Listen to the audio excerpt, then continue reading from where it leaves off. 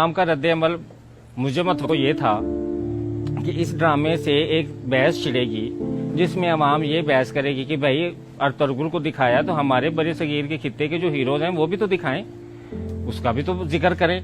लेकिन वो कहानियां तब बताएं जब मुल्क से मोहब्बत हो। ये कहानी मुल्क से मोहब्बत की है और इस मुल्क में कौन मुल्क से मोहब्बत करता है मुझे बता दें। किसका ख्वाब, किसकी ख्वाहिश है पाकिस्तान में रहने की? पाकिस्तान को लूटने की सबकी ख्वाहिश है, इसमें रहने की किसी की ख्वाहिश नहीं, ना कोई यहाँ रहना चाहता है। वो तो पता नहीं कब पाकिस्तान की नस्ल पैदा होगी जो पाकिस्तान से मोहब्बत करेगी, जो कहेगी कि हम अंग्रेजी को नहीं मानते, हम उर्दू को मानते हैं।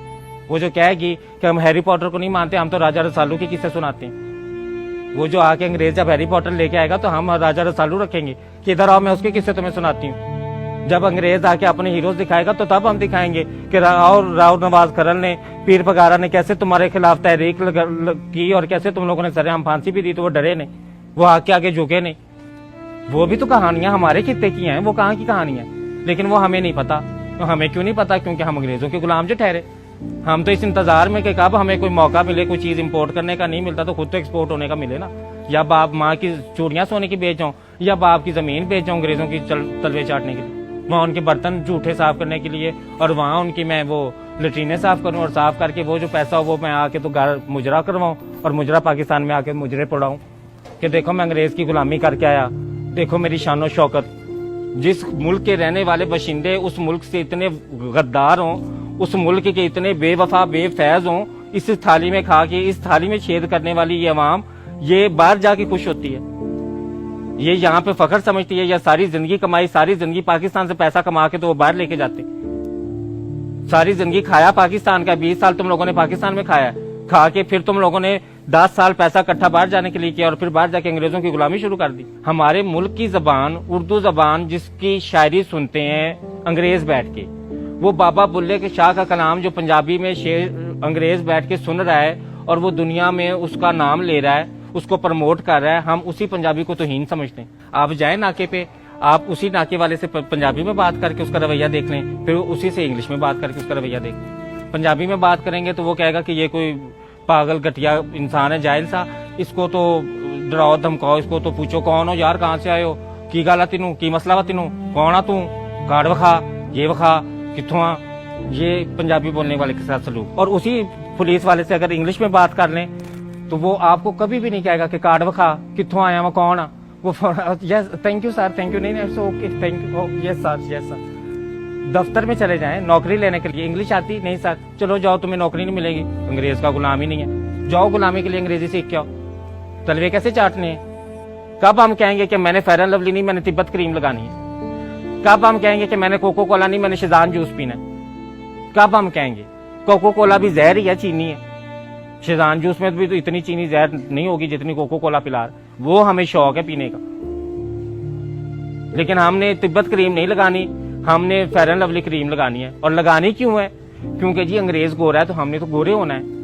अंग्रेज धूप में बैठ के बेशक रंग गंदमी करता है, बेशक वो कहता है कि मैंने सूरज में टैन लेना है और मैंने रंग गंदमी करना है और कशिश गंदमी रंग में, लेकिन नहीं भाई, वो तो अंग्रेज की आला जरफी अगर वो ये बात कर देते हैं। लेकिन हम ज़ेनी गुलाम लोग हैं, हम आला दर्जे के, इंतहाई आला दर्जे के गुलाम लोग हैं। हम लोगों ने तो रंग गोरा करना है, अंग्रेज का रंग जो गोरा है। अंग्रेज फटी पैंट पहनता है, अंग्रेज अपनी सारे वो नंगा ही फिरता है, वो कौन से कपड़े पहनता है, उनके यहाँ कोई इतना कॉन्सेप्ट नहीं पाया जाता। हम लोगों ने भी ब्रांड ने माशाल्लाह क्या कि सारी पैंटें और शर्टें हमने फाड़ दी हैं। उनका नाम क्या रखा है? Destroy jeans. फटी पैंट नहीं कहना, फटी पैंट से तो वो पता चल जाएगा कि फटी पैंट है, वो तो गरीब मजाक उड़ाएगा कि मैं तो गुर्बत से फटी पैंट पहन रहा हूं, तुम्हें किसने मजबूर किया? अब कौन बताया कि अंग्रेज के गुलाम है ये लोग? वो तो अंग्रेजों को आइडियलाइज किया हुआ ना, उनको आइडियलाइज किया कि नंगे घूमते हैं, तो हम क्या करें? यहाँ पे अब इस्लामी मुल्क है, अब यहाँ पे नंगे तो घूम सकते हैं, हम डिस्ट्रॉय जीन्स पहन लेते हैं कि वो सारी फाड़ के टंगा तो थल्ले सारी फाड़ के तो फिर हम डिस्ट्रॉय जीन्स पहन के जी नंगे घूमे। हमारे पास एक कल्चर था, हमारी शलवार कमीज थी, हमारे सिंध में कितना प्यारा लिबास है, हमारे पठानों का कितना खूबसूरत कल्चर है, हमारे सूबों में जाए कितना प्यारा कल्चर है।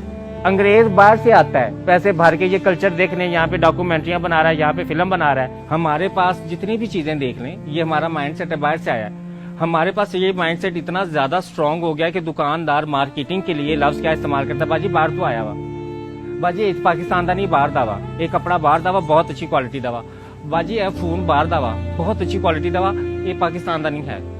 हम अपनी आवाम रोज हम लोग ये सुनते हैं अपने कानों से कि ये पाकिस्तान का नहीं है। हम सवाल नहीं करते, हमें शर्मिंदगी तो है ही नहीं ना। वो गालिब ने कहा था कहा भी किस मुंह से जाओगे गालिब, शर्म तुमको मगर नहीं आती। हमें तो शर्म आती नहीं है। पहले तो एक ट्रेंड ये होता था कि हमने अगर किसी को शो मारनी होती थी ना तो हम कहते थे इम्पोर्टेड है, लोकल पाकिस्तान की नहीं, इम्पोर्टेड है।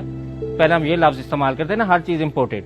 अब क्या हम करते हैं, अब जो जदीद दौर हवस, जब मजीद हमारी गुलामी की जो हवस बढ़ गई तो हम लोग मियाँ बीवी भी इम्पोर्ट करने लग पड़े। मर्द बीवियां इम्पोर्ट एक्सपोर्ट करने लग पड़े और औरतें खामन इम्पोर्ट करने। अब चीनियों से शादी हो रही है। अब खामन जो है यहाँ पे अच्छी खासी नेक लड़की 26 साल की होगी तो उससे मर्द यहाँ का शादी नहीं करेगा, गुलाम। ऐसा गुलाम जेन का बंदा है। यहाँ वो लड़की कवारी बेचारी मर जाएगी, वो बूढ़ी हो जाएगी। अंग्रेज बूढ़ी औरत हो, बेशक वो 40 साल की भी हो, तो उससे जाके शादी कर लेगा। क्यों नहीं हम अपनी तारीख सिखाते? क्यों नहीं हम दुनिया में उनको बताते? हमारे पास बड़ा रिच कल्चर है, हमारे पास बहुत सारी तहजीबें सकाफतें इस खित्ते में रह के गई हैं। मोंजोदाड़ो को देखें, मोंजोदाड़ो से पीछे चले जाएं, कौन कौन सी तरीके सकाफतें यहाँ पे गुजरी हैं, कितनी जदीद सिविलाइजेशन, जदीद तहजीबें भी यहाँ पे गुजरी हैं। और यहाँ के हीरोज का नाम आप लोगों को तो पता ही नहीं होगा, अल्लाह खैर करे। हीरोज का नाम हमें कहाँ से पता होगा? हमें कोई ना पढ़ाया, ना हमें किसी ने बताया। हमें शुरू से बताया कि बेटा अंग्रेज के तुम गुलाम हो, अंग्रेज की दी हुई हर चीज को तुमने पसंद करना है। बड़े सगीर की तारीफ पढ़े, फिर कोई ड्रामा ऐसा बनाए, ऐसा अजीम पैसा लगा के ऐसा प्यारा ड्रामा बनाए। वो गुजरा वे वाली फिल्में छोड़ के ना, वो जो हमने फिल्में बनाई हैं, असील गुज्जर तो राजपूत गुज्जर तो राणा गुज्जर, वो अब फिल्में छोड़ के तो अब हम आगे थोड़ा सा, मैं पंजाब नहीं जाऊंगी तो मैं लाहौर नहीं जाऊंगी, तो लाहौर से कराची नहीं जाऊंगी, अब ये फिल्में आ रही हैं। तो इन फिल्मों से निकल आए, कोई लोगों को शौर दे दें, कोई तालीम दे दें, कोई लोगों को हिस्ट्री पढ़ा दे, कोई तारीख पढ़ाए अपने बच्चों को, ताकि वो अपने मुल्क से मोहब्बत करें। हम अपने मुल्क से मोहब्बत हमारी नौजवान आगे नस्ल क्यों नहीं कर रही? क्योंकि हमने उन्हें इम्पोर्टेड वाला कॉन्सेप्ट जो दिया हुआ। शुक्र हमने ये नहीं कह दिया कि बेटा तुम भी इम्पोर्टेड हो, ताकि वो अपने आप को और ज्यादा वो आला अरफा समझे कि हम इम्पोर्टेड बच्चे हैं, हम पाकिस्तान में पैदा नहीं हुए।